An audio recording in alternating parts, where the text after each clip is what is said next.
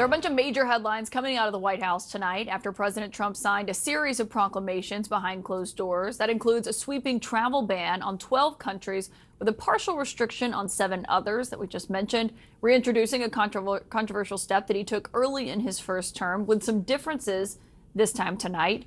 What we are reading in this proclamation is this takes effect at midnight, 5 days from now on June 9th, and it bans travel to the United States from Afghanistan, Myanmar, Chad, the Republic of the Congo, Equatorial Guinea, Eritrea, Haiti, Iran, Libya, Somalia, Sudan, and Yemen. This also comes as the president signed a proclamation suspending international visas for new students at Harvard as he is trying to block foreign students from enrolling at the university. My sources are here in the newsroom on this breaking news. CNN's Priscilla Alvarez, the New York Times' David Sanger, along with former federal prosecutor Shan Wu. Priscilla, let's start with you just in terms of the differences in the travel ban we saw in term one and what we're seeing now. Well, there are quite a bit of similarities as well as some glaring differences, particularly with the inclusion of Afghanistan. But this is something that President Trump has been telegraphing since day one. It's also something that I'm told has been an ongoing discussion and deliberation within this administration. And they felt quite empowered because, as a reminder, in the first term, the Supreme Court eventually did essentially okay a version of the travel ban, saying that the administration had broad discretion. The president specifically had broad discretion when it comes to limiting the entry of certain non-citizens. Now, as far as the similarities, in that iteration that was eventually approved or okayed by the Supreme Court, Somalia, Yemen, Libya, Chad, Iran, those were in that iteration. Yeah. Afghanistan, it wasn't.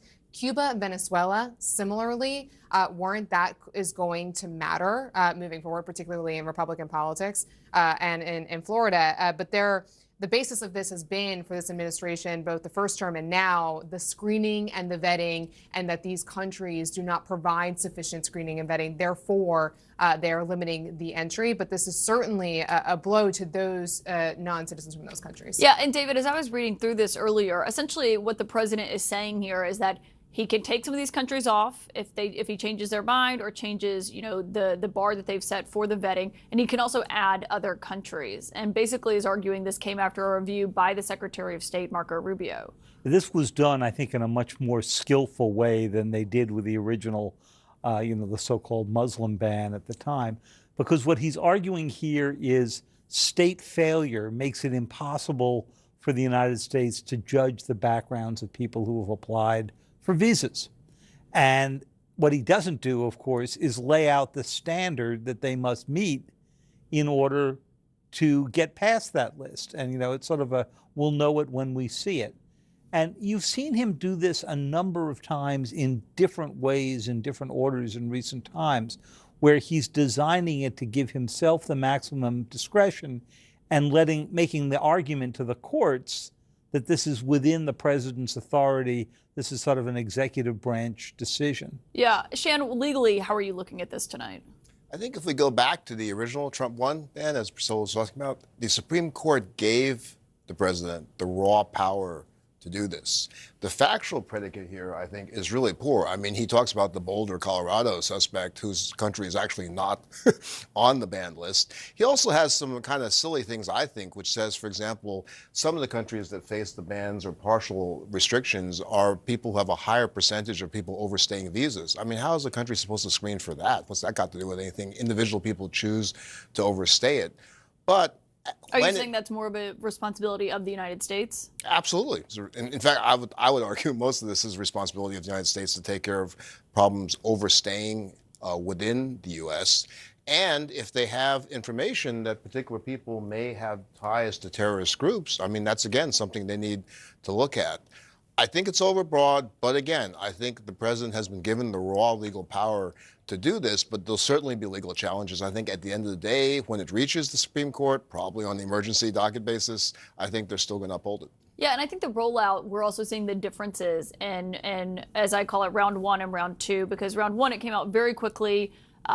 People were left at airports, freaking out over, what this meant for them then. This seems to obviously be rolled out in a much different way, much later on in his term. What have the deliberations been like? I mean, since a lot of the people who are working in the Department of Homeland Security and in the West Wing, Stephen Miller and company, were here for that first time. Well, carefully crafted. I had talked to a source about this when the deliberations were ongoing, and they said they learned their lesson. Remember, when the president came into office this January, one of the first questions I asked is the travel ban going to come out as swiftly as it did in the first term?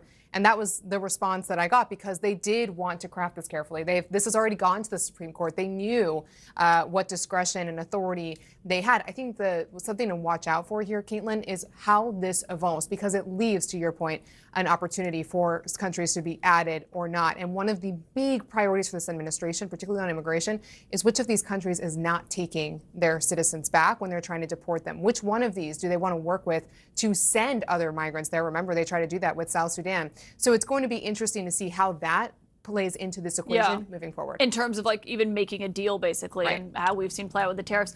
David, also on Harvard tonight, this is a big move that the president is taking, trying to essentially fulfill his effort to block Harvard from being able to enroll international students. You're an alum of the school, but I just wonder, from your reporting, what you take away from this proclamation tonight. So he telegraphed that this was coming, and a good number of Harvard students, as a good number of students at a lot of major universities, are foreign born. I also teach there. I teach national security, and I can tell you that in the class that we teach, we have a lot of foreigners, and it vastly enriches the classroom experience. You wouldn't want to talk about national security issues only among Americans and not get different perspectives and pushback on these issues. I don't think the president is really focused on that. I think he is at this point very determined to go punish Harvard for standing up to him. And this is going to be the defining struggle, I think, with the academic world. Well, and Shan, people might look at this and say, well, whoa, didn't a court just block him from blocking the school from enrolling international students? But he seems to be citing a different authority in this proclamation tonight, instead talking about national security. Yeah, I think that's mostly just him talking about national security, trying a different tactic. I think the Harvard ban is likely to fail because there's just no basis for singling out Harvard in particular. If there is evidence that particular students have ties or they've done something criminally wrong, that's something they can zero in on, but not really. I mean, there's allusions to that kind of evidence supposedly, but really haven't seen that yet. And that's where the courts are going to look to see, is there any factual basis for this, or is he just sort of continuing his vendetta against Harvard? Yeah, and we'll see how the courts respond to this. Thank you all for that reporting and that insight.